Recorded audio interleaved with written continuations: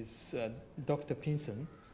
Dr. Pinson from Ghent University. She is talking about EBSD characterization of hydrogen-induced cracks in trip-assisted steel. So please. Yes, thank you. Hello everyone, my name is Margot Pinson. I'm a first-year PhD student at the research group of Professor Kim Verbeke, who could not be here due to unforeseen reasons. It's about my master dissertation, which had as a title EBSD characterization of hydrogen-induced cracks in trip-assisted steels with various degrees of cold deformation. So first of all, I will start with a small introduction on the topic, more about the material and the effects I'm going to investigate. Then I will go over the goal of this dissertation, the experimental procedures, and of course the results, where the stress will be on the initiation and propagation of hydrogen-induced cracks and the effect of deformation, current density, and charging time. I will, of course, end with the most important conclusions. So first of all, the used material is a trip steel. Trip is short for transformation-induced plasticity. It's a steel that consists out of 4 phases: ferrite, martensite, bainite, and austenite. And this retained austenite has a unique property that it can transform into martensite upon deformation. This has a lot of advantages, so it results in improved strain hardening, a post-poke necking, high tensile strength, and high ductility, which makes this type of steel ideal for impact-absorbing structural parts of car bodies. Because upon crash, so upon severe deformation, your soft retained austenite will transform into the very hard martensite, which of course offers a lot of advantages for safety reasons. This is some basic characterization we did. So you see clearly for the XRD results that the amount of martensite clearly increases upon deformation and the amount of retained austenite decreases. There is a clear distinction between the different phases upon microscopy. And the challenging part about this steel and its effects on hydrogen is that each phase will react in a different way in the hydrogen-rich environment. At our department, we already did a lot of investigation on the hydrogen assist cracking, so with the application of an external load, and we saw a huge embrittlement index of 75%. Why is this? Well, it's because your retained austenite has a really high hydrogen solubility, so it can be seen as a hydrogen reservoir. And upon deformation, this phase will transform into the martensitic phase, which is really susceptible to hydrogen, which of course explains the high embrittlement index. Now, what I am doing is investigating the effect without an external load applied. So we charge a specimen and see if hydrogen can induce cracking and how it comes, how it initiates, how it propagates, and so on. So here's some schematic overview of how hydrogen-induced cracking occurs. So your hydrogen diffused through your steel sample. It collects at trapping sites such as inclusions. There it can accumulate, recombine, and form hydrogen gas. This gas causes a pressure buildup, which can of course lead to cracking. So the goal, something happened there. The goal is to have a better understanding on how these cracks initiate and propagate in order to develop more accurate models for safety reasons. This is done in 2 stages. First, initiation site and propagation paths of these hydrogen-induced cracks were investigated, and then of course a study of the effect of deformation, charging time, and current density was also performed. Here you see some of the experimental conditions we used with elliptical samples, as shown here. After electrochemical charging with 0.5 molar of sulfuric acid with a poison called thiourea, we saw clear blistering at severe charging conditions. These are the bubbles you see here. This is because this hydrogen can induce cracks, and when the pressure buildup is high enough, the above-lying material is pushed up, which results in these blisters. And when we cut our samples along the running direction, so when we look in the transversal direction, we can see some images like this. So this is a really big crack leading to really big blisters, but of course smaller cracks were also investigated. The amount of deformation, the current density, and the charging time were varied in order to investigate the influence of these factors as well. Some important remarks is that EBSD is a really powerful tool to investigate cracking, but because this is a quite complicated microstructure. By filtering out the pixels belonging to the cracks, most often the pixels belonging to the martensitic phase were also filtered out because both have a really low image quality. So this is why you sometimes see black zones where no cracks are visible. This is because it is corresponding to the martensitic phase. So when analyzing EBSD scans of such complicated materials, you should always compare it with original SAM images. We saw that the cracks evolved in 3 stages. First, you had the void initiation, then crack initiation, and then crack propagation. However, this crack initiation was not often seen in SAM images, which imposes that this phenomenon occurs really fast. So what I mainly investigated is the void initiation and the crack propagation. So here you see an example. This is a SAM image, and this is an EB scan, a kernel average image quality map, where you can clearly see that you can make a quite simple differentiation between the martensitic phase, the void, and the rest of your structure. And what we saw in about 90% of the voids which were studied is that these voids initiate at the interface between 2 martensitic phases. In the other cases, it initiated at the interface between martensite and ferrite. This could lead to the conclusion that voids initiate because of the hiding mechanism. Why? Well, something happened with the layout, I'm sorry. So when your austenite transforms into martensite, it induces a lot of stresses in your surrounding material, and this leads to the creation of dislocations near these phase boundaries. These are beneficial hydrogen traps, and hydrogen can cause then decohesion at this interface, which leads to the formation of voids.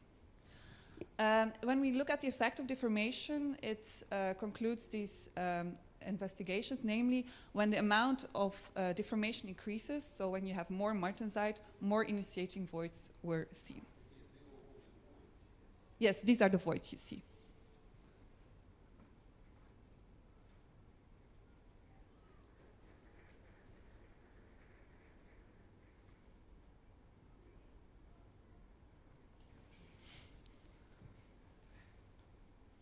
Yeah, it's okay. I also have a PDF, but it's okay.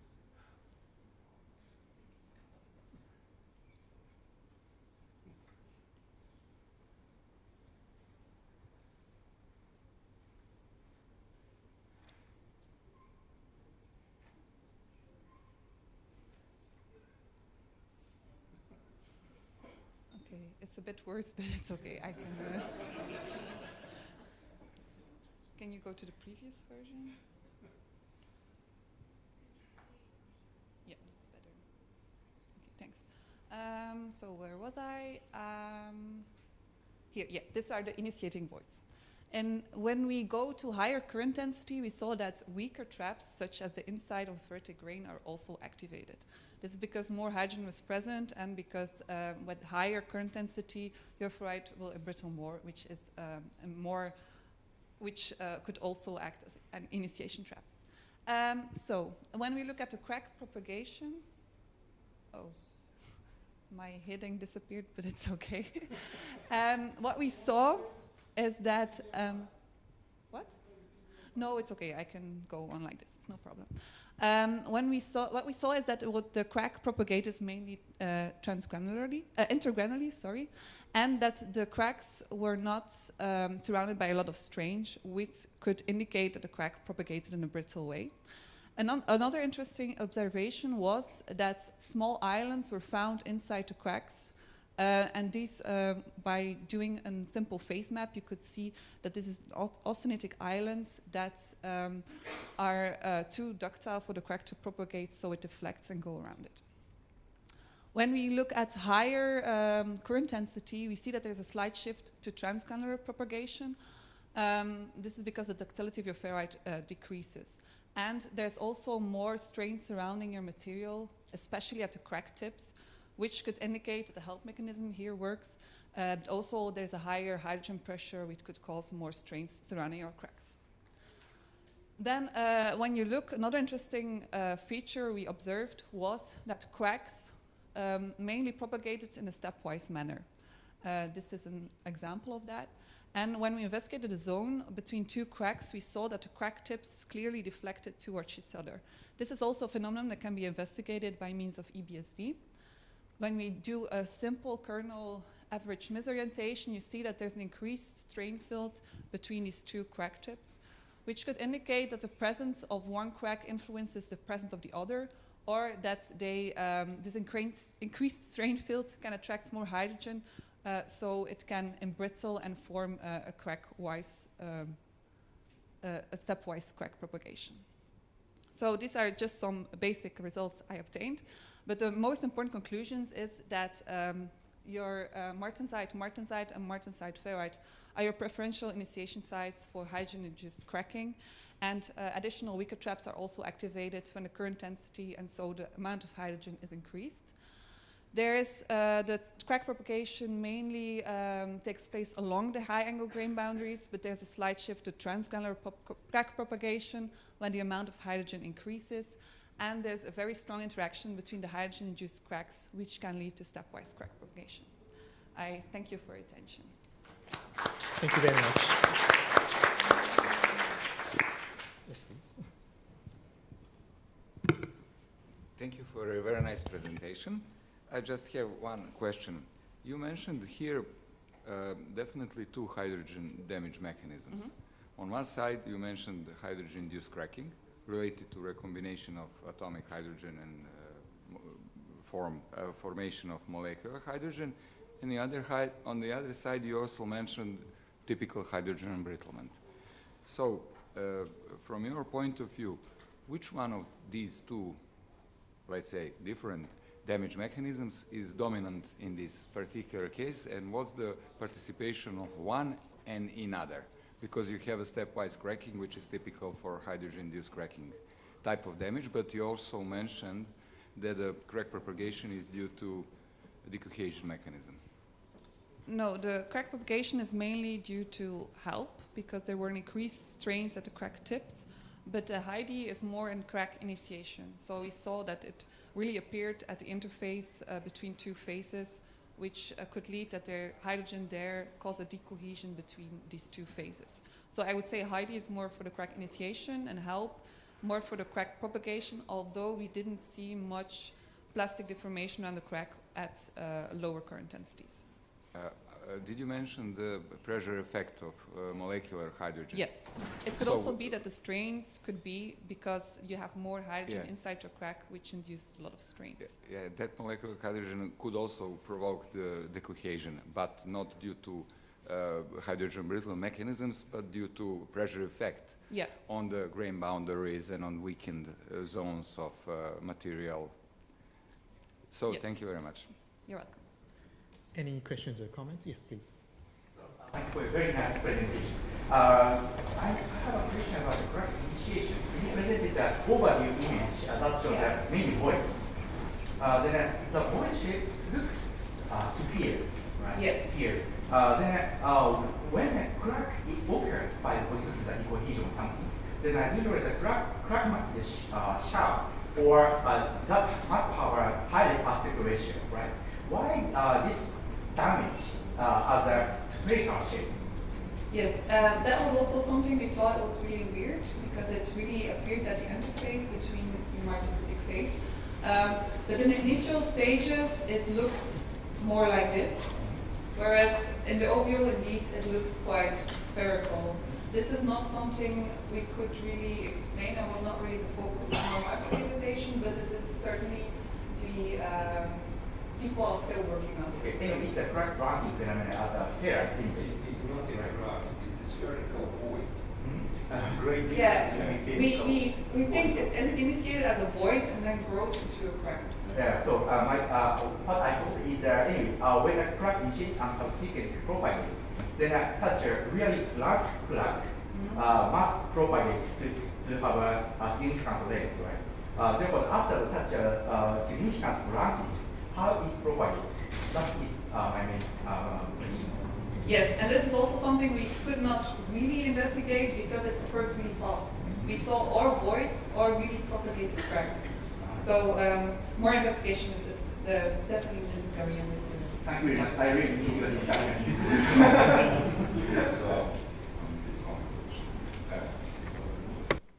Just one additional comment of Professor Matamichi. Perhaps the reason for a spherical shape is that in this case we have a molecular hydrogen due to recombination of hydrogen and pressure effect, which is typical for hydrogen-induced cracking and stepwise, as you already noted, the cracking. So in this case we have a pressure effect of molecular hydrogen within the grain boundaries and between the grain boundaries, and it's not like cracks, it's more like voids. And we have a coalescence of that voids in different zones, and that's the reason for this particular hydrogen-induced cracking typical crack appearance. That's just one comment on Professor Matamichi. You're welcome.